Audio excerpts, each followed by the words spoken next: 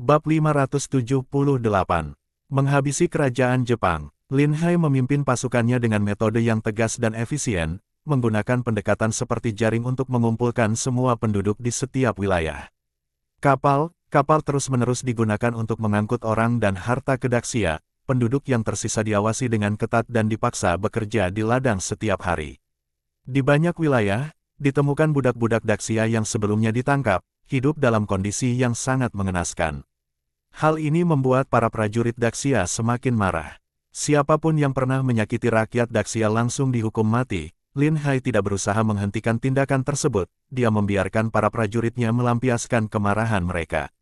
Bagaimanapun, para bajak laut Jepang ini pada akhirnya akan dibasmi sepenuhnya, apakah mereka mati sekarang atau tua kemudian. Tidak ada bedanya, hanya dalam beberapa hari, sepertiga wilayah Jepang telah berhasil dikuasai. Lin Hai bahkan merebut istana tempat tinggal Kaisar Jepang. Meskipun jauh dari megahnya istana Kekaisaran Daxia, tempat itu adalah bangunan terbaik di Jepang. Lin Hai menempatkan Gong Yanwu di istana tersebut bersama 5.000 pasukan elit untuk perlindungan. Sementara itu, Lin Hai dan Yu Huasi memutuskan untuk memimpin pasukan secara langsung agar bisa segera mengumpulkan semua penduduk dari wilayah lain. Setelah cukup banyak pasukan ditinggalkan untuk menjaga wilayah tersebut, mereka berencana menarik pasukan kembali ke Daxia. Langkah berikutnya adalah menyerang Goryeo. Namun, setiap hari yang berlalu membuat Lin Hai semakin cemas. Ia teringat kabar bahwa Xiaoyao sudah hamil beberapa bulan dan bahwa pasukan pemberontak Turkestan juga perlu ditangani. Kekhawatiran ini membuatnya ingin segera menyelesaikan dua ancaman tersebut, lalu mengirim pasukan untuk menghadapi pemberontak Turkestan. Bagaimanapun, Lin Hai bertekad untuk mengalahkan seluruh pasukan Turkestan dan menangkap Xiaoyao. Apapun kehendak Xiaoyao, dia harus dipaksa kembali ke Daxia. Gong Yanwu juga menyadari bahwa keberadaannya di medan perang hanya akan menjadi beban bagi pasukan. Dengan konsumsi logistik yang besar setiap harinya, dia sepakat bahwa langkah terbaik adalah segera menghancurkan Jepang sepenuhnya agar mereka bisa kembali ke Daxia lebih cepat. Ekspedisi militer ini telah membawa kemenangan besar yang belum pernah diraih sebelumnya. Tujuan mereka telah tercapai. Gong Yanwu pun tidak bersikeras untuk ikut dengan pasukan, melainkan tetap tinggal di istana Kaisar Jepang. Kemudian Lin Hai dan Yu Huasi memimpin pasukan mereka dan melancarkan serangan cepat, membersihkan semua wilayah yang tersisa. Kini, wilayah tersebut sebagian besar dihuni oleh wanita, orang tua, dan mereka yang lemah atau cacat. Lin Hai segera menerima laporan dari para pengintai bahwa sejak berita tentang kematian Kaisar Jepang tersebar dan pasukan mereka dihancurkan, semua tentara Jepang telah kehilangan semangat untuk melawan. Orang-orang yang cukup berani memanfaatkan situasi kacau ini untuk mengumpulkan pengikut dan memperluas kekuatan mereka, sambil merampas wanita dan harta. Mereka berencana memimpin pasukan untuk melakukan perang gerilya melawan Daxia. Dalam pandangan mereka, meskipun tidak bisa mengalahkan pasukan Daxia secara langsung, namun cukup dengan menghindari konfrontasi langsung saja. Jika keadaan semakin buruk, mereka bisa melarikan diri ke pegunungan dan menjadi perampok. Dengan uang dan persediaan makanan di tangan, mereka merasa tidak perlu takut. Namun, para samurai Jepang ini meremehkan kekuatan kavaleri Daxia. Begitu para pengintai mengetahui lokasi mereka, kavaleri Daxia bergerak cepat dan menghancurkan mereka sepenuhnya. Seluruh negeri Jepang semakin terperosok dalam kekacauan, sementara rakyat jelata semakin menderita dalam kondisi yang semakin buruk. Ironisnya, bagi banyak orang biasa, ditangkap oleh pasukan Daxia justru menjadi satu-satunya cara untuk bertahan hidup. Setidaknya, mereka mendapat makanan dengan bekerja. Sebaliknya, jika mereka bertemu dengan para ronin Jepang, mereka akan dibantai tanpa ampun jika tidak mampu menyediakan makanan. Pasukan Daxia terus melakukan penyisiran menyeluruh, menghancurkan kekuatan lokal satu persatu. Sementara itu, pemimpin bajak laut Jepang telah berhasil mengumpulkan hampir 20.000 orang dalam pasukannya. Meskipun begitu, pasukan ini tidak terlatih dengan baik, dan dalam pertempuran, mereka berantakan seperti pasir yang terurai. Satu-satunya keuntungan adalah sebagian besar pasukannya adalah samurai, sehingga memiliki kemampuan bertarung individu yang cukup baik. Namun, para pengikutnya tidak sepenuhnya setia kepadanya, banyak yang bergabung karena terpaksa. Mereka ikut hanya demi bisa makan kenyang dan mendapatkan wanita, sehingga kelompok ini dengan cepat menjadi salah satu kekuatan paling besar di Jepang. Meskipun begitu, sang pemimpin tetap diliputi rasa cemas. Dia mengirim banyak orang untuk menyelidiki informasi tentang Daxia, dan laporan yang diterimanya sangat mengkhawatirkan. Banyak kekuatan lain telah dihancurkan, dan semua rakyat, tanpa memandang usia atau jenis kelamin, ditangkap oleh pasukan Daxia. Pemimpin bajak laut ini mulai merenung dengan gelisah. Apa sebenarnya yang Daxia inginkan? Apakah mereka benar-benar berniat membunuh kita semua? Itu benar-benar tidak mungkin. Apa mereka ingin mengubah Jepang menjadi tanah kosong yang hancur lebur? Awalnya, pemimpin bajak laut itu berencana memperkuat kekuatannya dan kemudian menyerah kepada Daxia. Namun, sebelum memahami situasi dengan jelas, dia tidak berani gegabah. Satu-satunya pilihan adalah terus menghindari pasukan Daxia dan mundur lebih jauh ke belakang. Namun, wilayah yang dikuasai Daxia semakin luas, hingga mereka tidak lagi memiliki tempat untuk melarikan diri. Terlebih lagi, kecepatan pasukan kavaleri Daxia sangat tinggi. Begitu jejak mereka ditemukan, pasukan Daxia akan segera mengejar mereka. Jenderal, kita bertemu dengan pengintai Daxia. Mereka hanya berjarak kurang dari 30 i dari kita. Apakah kita akan terus mundur, atau menghadapi mereka dalam pertempuran? Tanya seorang bawahan. Sang pemimpin langsung menamparkan wajah bawahan itu. Bertarung melawan pasukan Daxia. Apa kamu sudah bosan hidup? Jika ingin mati, cukup ambil pisau dan potong lehermu sendiri. Kenapa harus membuat semuanya repot? Setelah menerima tamparan, si bawahan itu tidak berani berkata-kata lagi. Bagaimanapun juga, melarikan diri tidak ada gunanya. Kita harus mempertaruhkan semuanya. Perintahkan semua orang berkumpul, kita akan menyerah kepada Daxia. Mendengar itu, bawahan tersebut hanya tertegun. Pasukan mereka berkembang begitu cepat hingga, jika di masa lalu, mereka bahkan memiliki kekuatan untuk bersaing memperebutkan tahta kekaisaran. Namun sekarang, menghadapi pasukan Daxia, mereka tampak begitu pengecut, menyerah bahkan sebelum bertempur. Melihat wajah bawahan yang dipenuhi keraguan, sang pemimpin bajak laut memarahi mereka dengan lantang. Berani-beraninya kamu melawan perintahku. Biar aku tegaskan lagi, jangan berpikir bahwa dengan 20.000 orang, kita punya kesempatan. Dengan kekuatan seperti ini, di hadapan Daxia, kita tidak akan bertahan setengah hari. Mereka akan menghancurkan kita dengan mudah. Satu-satunya jalan untuk bertahan hidup adalah menyerah kepada Daxia. Tidak ada banyak pilihan lain. Bahkan kapal pun tidak kita miliki, kita sudah seperti ikan dalam gentong. Jika tidak menyerah kepada Daxia, apalagi yang bisa kita lakukan? Setelah dimarahi, para bawahan segera pergi menyampaikan pesan tersebut. Ketika semua pasukan sudah berkumpul, pemimpin bajak laut itu mengungkapkan rencananya secara terbuka di depan mereka. Banyak yang tidak puas dengan keputusan itu. Mereka baru saja menikmati hidup yang nyaman, merampok ke sana, sini, mendapatkan uang dan makanan dengan mudah. Tiba-tiba, mereka diminta menjadi tawanan. Itu adalah sesuatu yang sulit diterima. Jenderal, kekuatan kita sudah cukup besar. Mengapa kita tidak mencari tempat persembunyian di pegunungan? Menyerah bahkan sebelum bertarung, bukankah ini terlalu gegabah? Salah satu bawahan memberanikan diri bertanya. Mata pemimpin bajak laut itu melotot. Dasar bodoh, sampai sekarang kamu masih belum sadar betapa gentingnya situasi kita. Semua orang sudah dibawa pergi oleh Daxia. Bahkan jika kita berhasil bersembunyi, apa yang akan kita makan? Apalagi pasukan kavaleri Daxia bergerak sangat cepat.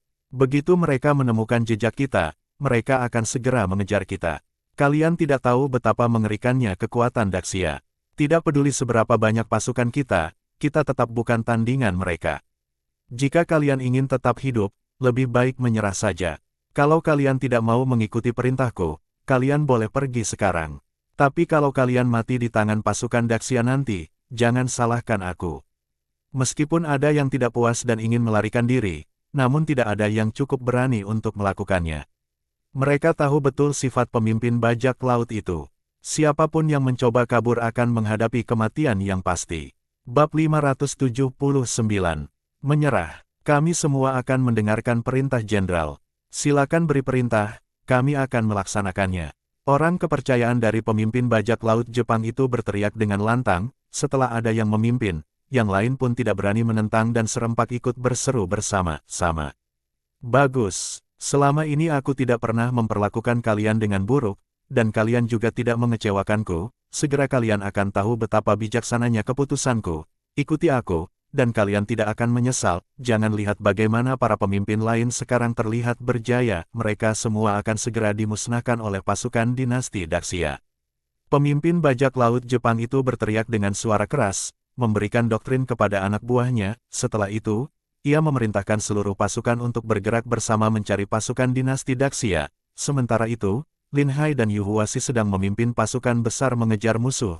Ketika mereka bertemu dengan kelompok kecil bajak laut Jepang, mereka langsung mengirim pasukan kavaleri untuk menyerang dan memusnahkan mereka secepat mungkin. Namun, untuk kelompok musuh yang berjumlah lebih dari 10.000 orang, mereka harus membuat rencana yang matang. Pertama, gunakan pasukan kavaleri untuk memblokir jalur pelarian musuh.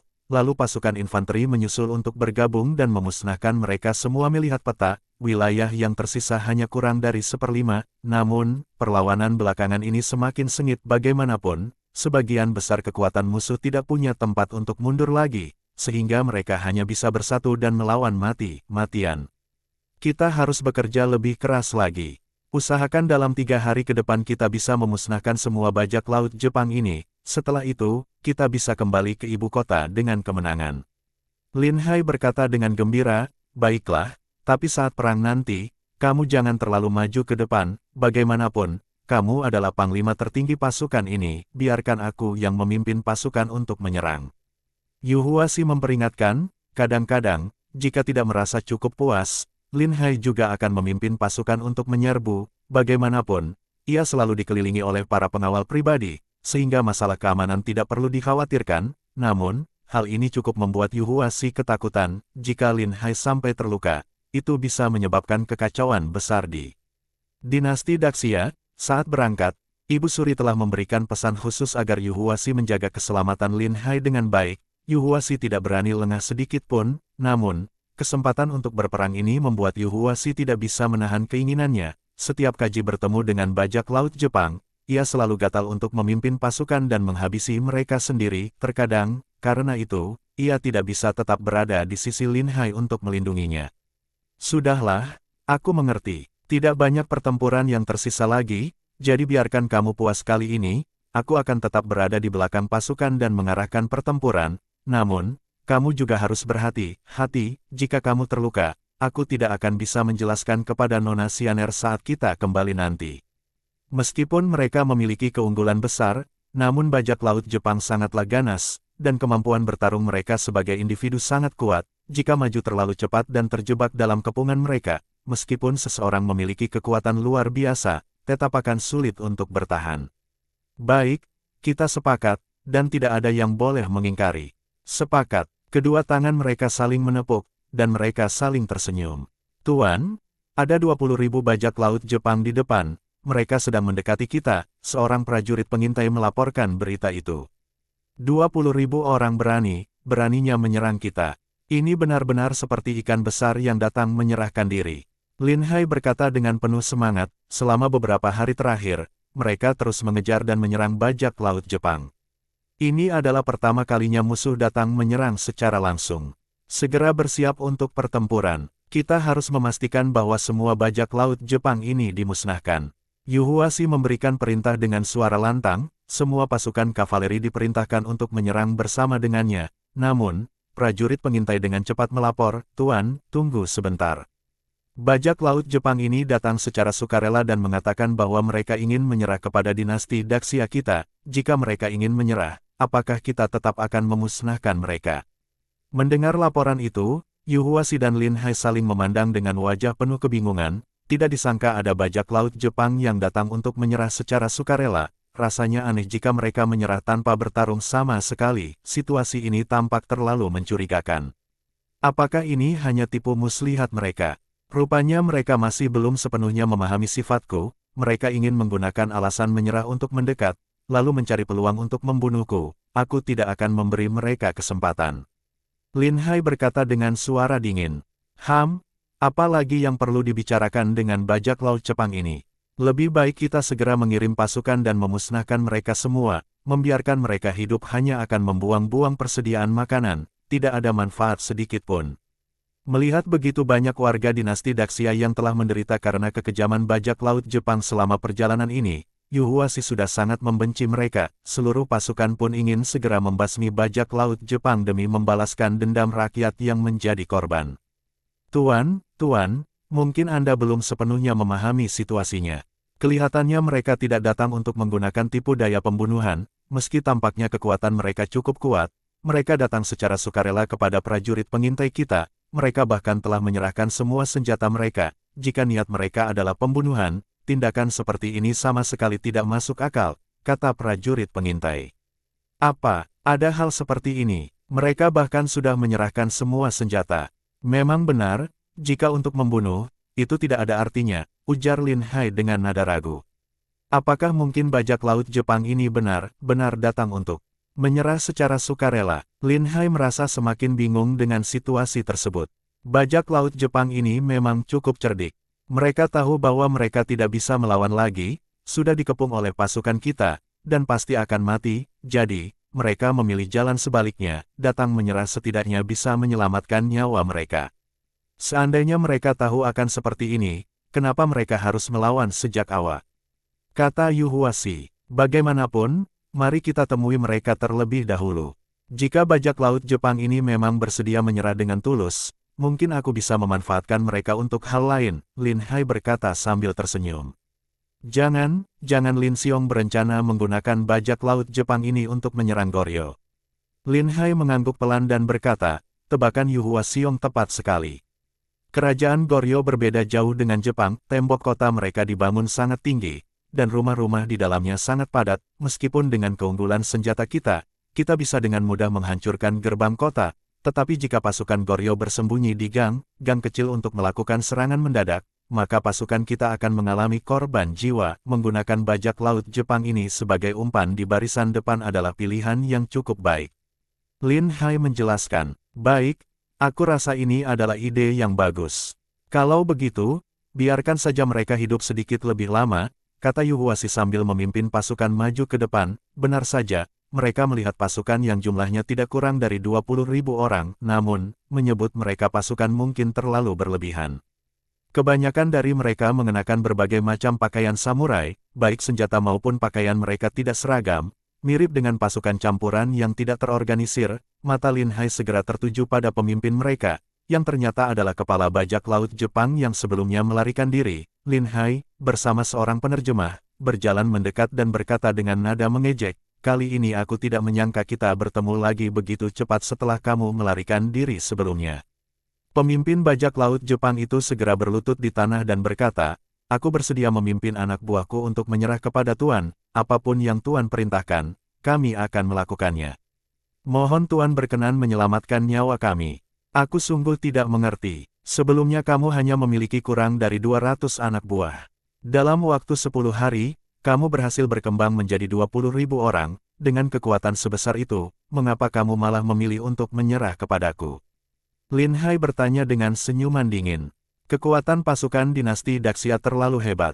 Jika aku terus melawan, jalan satu-satunya hanyalah kematian. Lebih baik aku bersumpah setia kepada dinasti Daxia dan mematuhi perintah Tuan. Hanya dengan cara ini aku dan anak buahku punya kesempatan untuk tetap hidup, jawab pemimpin bajak laut Jepang dengan jujur, tanpa berani menyembunyikan apapun. Ia tahu bahwa jika ia mencoba bermain trik pada saat seperti ini, itu sama saja dengan mencari mati. Bab 580.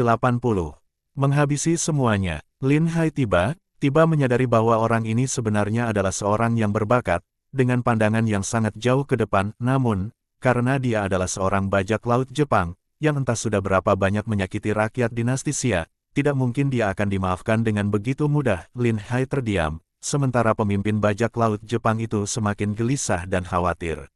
Apakah aku salah paham? Apakah mungkin jenderal ini ingin segera membunuhku?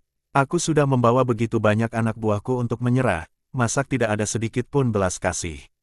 Pikirnya, setelah beberapa saat, Lin Hai akhirnya membuat keputusan dan berkata, apakah kamu yakin ingin memimpin semua anak buahmu untuk menyerah kepada dinasti Daxia? Pemimpin bajak laut Jepang itu segera mengangguk dengan penuh semangat, hamba benar-benar ingin menyerah kepada dinasti Xia.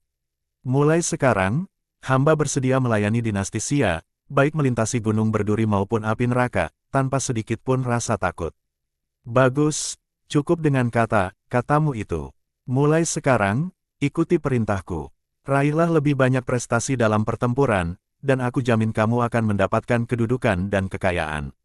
Kata Lin Hai, pemimpin bajak laut Jepang itu sangat gembira mendengar hal tersebut.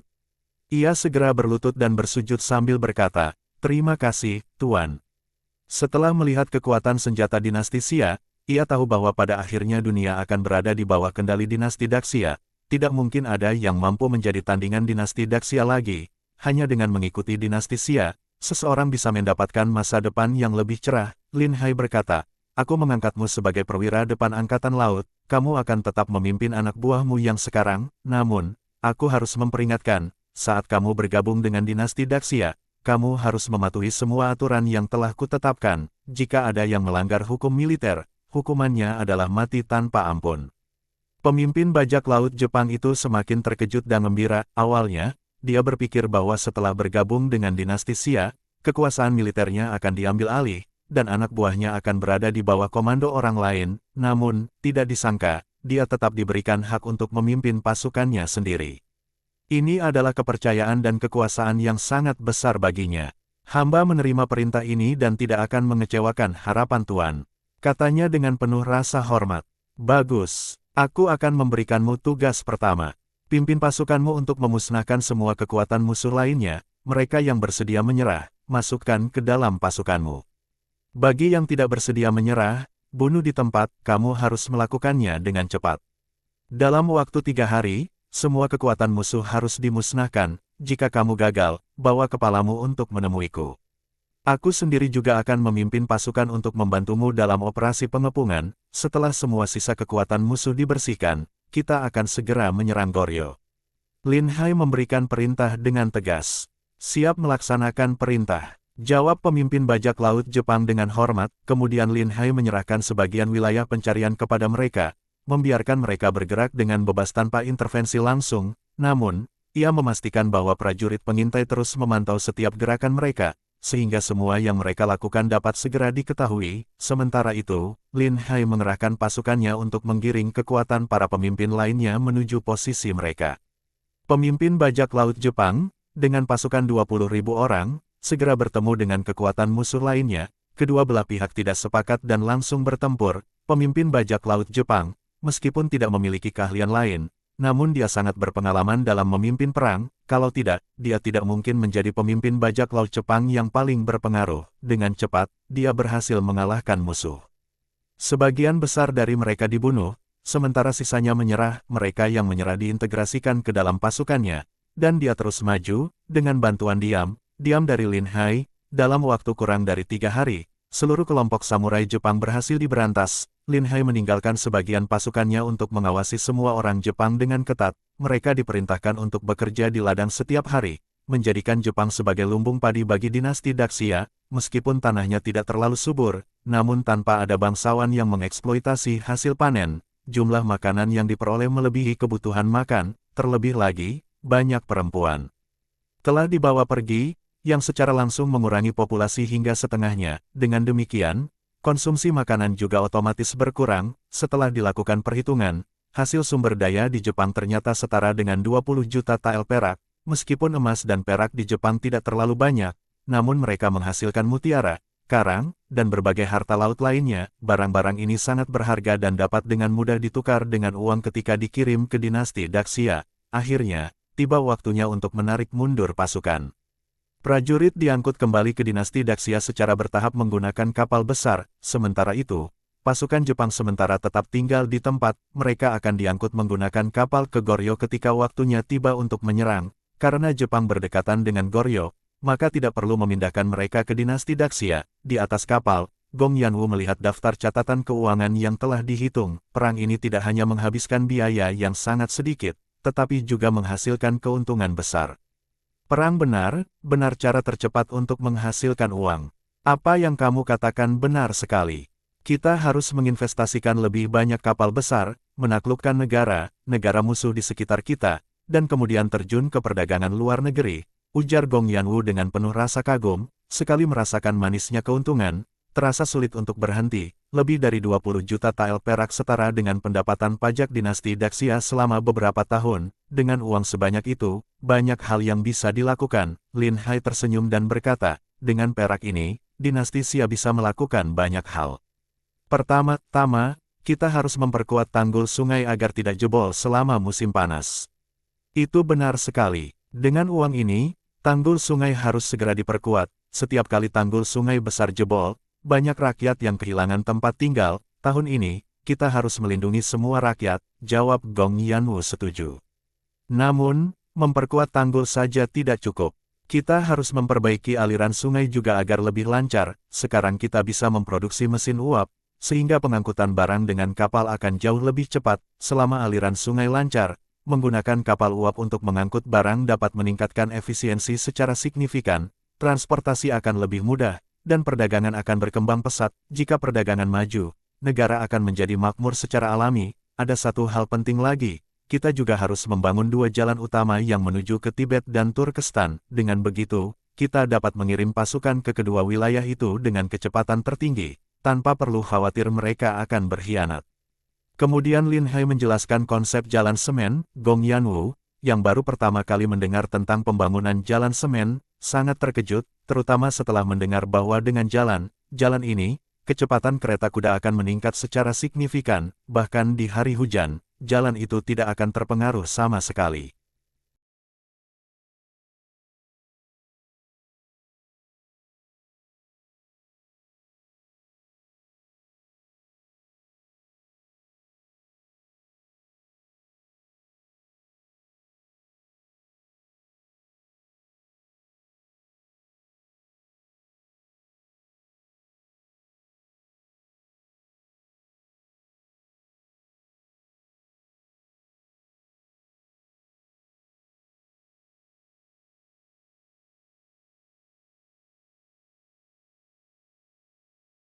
Bersambung